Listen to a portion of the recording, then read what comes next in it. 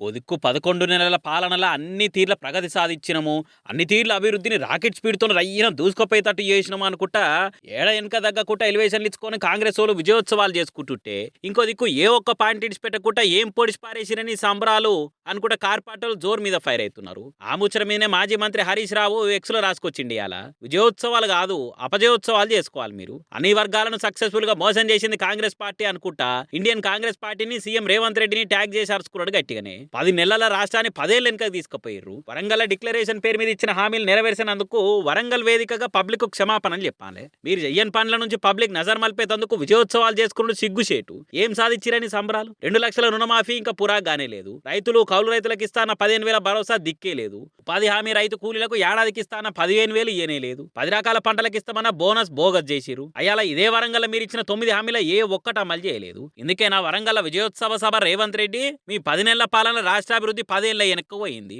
అన్ని వర్గాల పబ్లిక్ రోడ్ల మీదకి వచ్చి నిరసనలు చేసే కాడికి వచ్చింది కథ. వద్రో నాయన కాంగ్రెస్ పాలన అనుకుంటే పాటలు పాడుకుంటున్న పరిస్థితి. కేసీఆర్ 10 ఏళ్ల పాలనలో అన్ని వర్గాలను కడుపులో పెట్టుకొని కాపాడుకుంటే 10 నెలల పాలనలో నువ్వు అందరు కడుపు కొట్టినవు. నమ్మి ఓటేసినందుకు నట్టేయటం ముంచినావు అనుకుంటా సీఎం మీద సీరియస్ అయింది గట్టిగానే. హామీల అమలుకు కోట్లు ఖర్చు పెడుతున్నామని చెప్పి గోబల్ ప్రసారాలు బంద్ పెట్టి పాలన మీద నజర్ పెట్టుర్రి. మేనిఫెస్టోలు ఇచ్చిన 6 గ్యారెంటీలు 420 హామీలు అమలు చేయుర్రి. 6 గ్యారెంటీల ఫస్ట్ హామీగా మహిళలకు ఇస్తా అన్న 2,500 ఎప్పటి సంధిస్తారో, కళ్యాణలక్ష్మి పథకం కింద ఇచ్చే తులం బంగారం ఎప్పటి సంధిస్తారో, స్వయం సహాయక సంఘాలకు షరతులు లేకుండా వడ్డీ లేని రుణాల మీద కొత్త ఆర్డర్లు ఎప్పుడు ఇస్తారో తారీఖుతో సహా చెప్పాలని డిమాండ్ చేస్తున్నాం అనుకుంటా పాయింట్ టు పాయింట్ మాట్లాడి పంచర్ చేసింది. ఇట్లా అరే అరెస్టులు కేసులు రిమాండ్లు అని ఎన్ని తీర్ల భయపెట్టారని చూసినా ఏడ వెనుక పోకుండా ఇట్లా గోరు చుట్టు మీద రోకలు పోటు తీరు ఓ దిక్కు జనాలు ఇంకో దిక్కు బీఆర్ఎస్ వాళ్ళు గాలి తీసుకునే గ్యాప్ ఇవ్వకుండా రప్పరప్పరసుకుంటా విజయోత్సవాలను కూడా నిమ్మలంగా చేసుకుని ఇవ్వకుండా చేస్తురుగా అని కాంగ్రెస్ పార్టీ వాళ్ళు ఎత్తనొత్తు కొట్టుకుంటారో ఏం పాపం.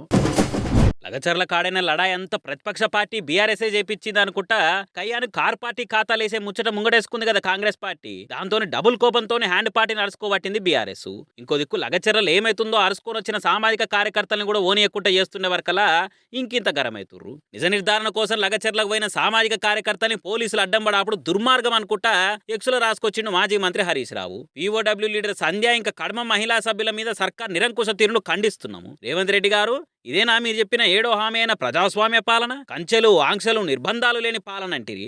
కానీ అవేవి లేకుండా మీ ఏలుబడిలో ఒక్క రోజు కూడా గడుస్తలేదు. లగచర్ల గిరిజన బిడ్డలకైనా అన్యాయం ఎలుగు చూడకుండా ఎంతమందిని అడ్డుకుంటారు? అక్రమ కేసులు పెట్టుకుంటా ఇంకెంతమంది నోలు మూయిస్తారు? అధికారం ఉందని రేవంత్ రెడ్డి కామన్ పబ్లిక్ నే కాదు జర్నలిస్టులు మానవ హక్కుల కార్యకర్తలను కూడా నిర్బంధాలకు గురి చేస్తున్నాడు. నిర్బంధ నిరంకుశ రాక్షస పాలన నడిపిస్తున్నా అనుకుంటా అయితున్న ముచ్చట్లన్నీ వరుస పెట్టి రాసుకొచ్చిండు హరీష్ రావు. చూస్తుంటట్టు బయటనే కాదు ఇట్లా ఆన్లైన్లో సోషల్ మీడియాలో కూడా అచ్చింతలు తప్పలేవో అధికార పార్టీలకు అని అనుకుంటా మాట్లాడుకోబట్టిరు. ఎప్పటికప్పుడు ఎక్స్ను స్క్రోల్ చేసే నెటిజనాలు.